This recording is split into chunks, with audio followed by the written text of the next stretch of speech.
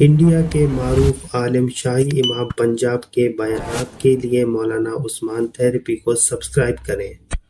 اور مانوتا کی تقدیر کے بدلنے کا فیصلہ کیا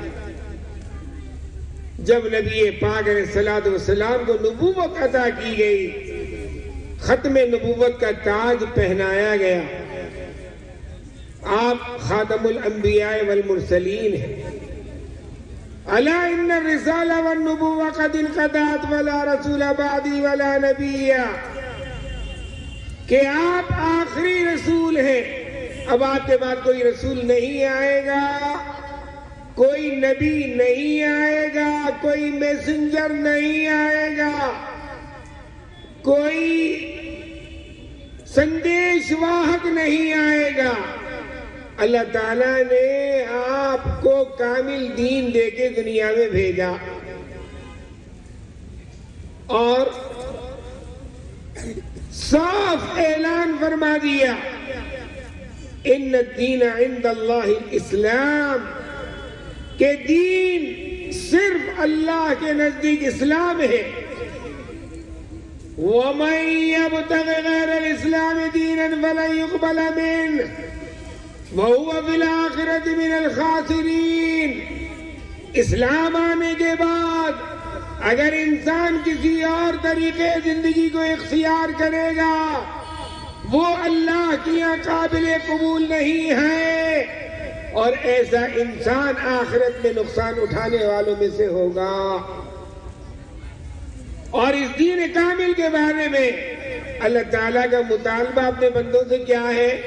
ادخلوا فی السلم کافہ، دین میں پورے داخل ہو جاؤ، آدھا تیتر آدھا بٹیر۔ اس کا نام دین نہیں ہے، میٹھا میٹھا ہپ ہپ اور کڑوا کڑوا تھو تھو، اس کا نام دین نہیں ہے۔ پورے دین میں داخل ہو جاؤ۔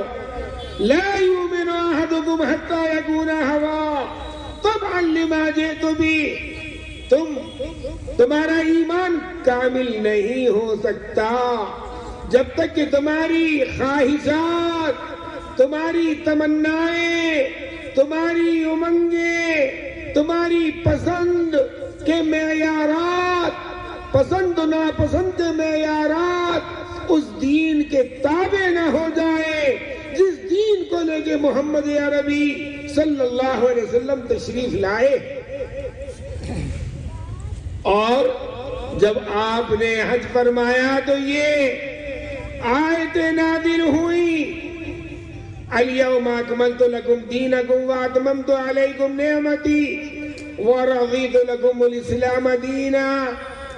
آج ہم نے آپ کے دین کو مکمل کر دیا، دین مکمل کر کے، شریعت مکمل کر کے ہم نے قیامت تک آنے والے انسانوں پہ اپنے انعام اور اپنے احسان کو بھی مکمل کر دیا۔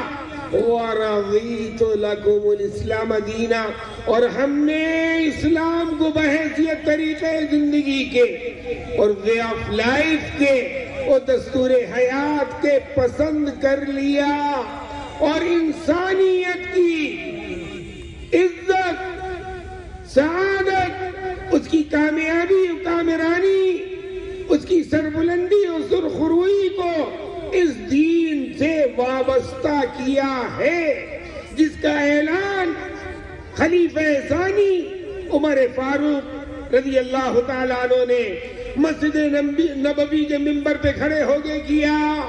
کنا اذلہ، ہم ذلیل تھے، رسوا تھے، انسانی سماج میں ہمارا کوئی مقام نہیں تھا، ہماری کوئی حیثیت نہیں تھی۔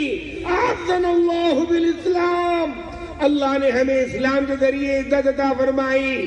ومن یبتغ العزت فی غیر الاسلام اذلہ اللہ، اسلام آنے کے بعد اگر انسان کسی اور طریقے زندگی میں اپنی عزت کو تلاش کرے گا تو اللہ اسے ذلیل کر دیں گے، رسوا کر دیں گے، پسپا کر دیں گے اور ناکام کر دیں گے۔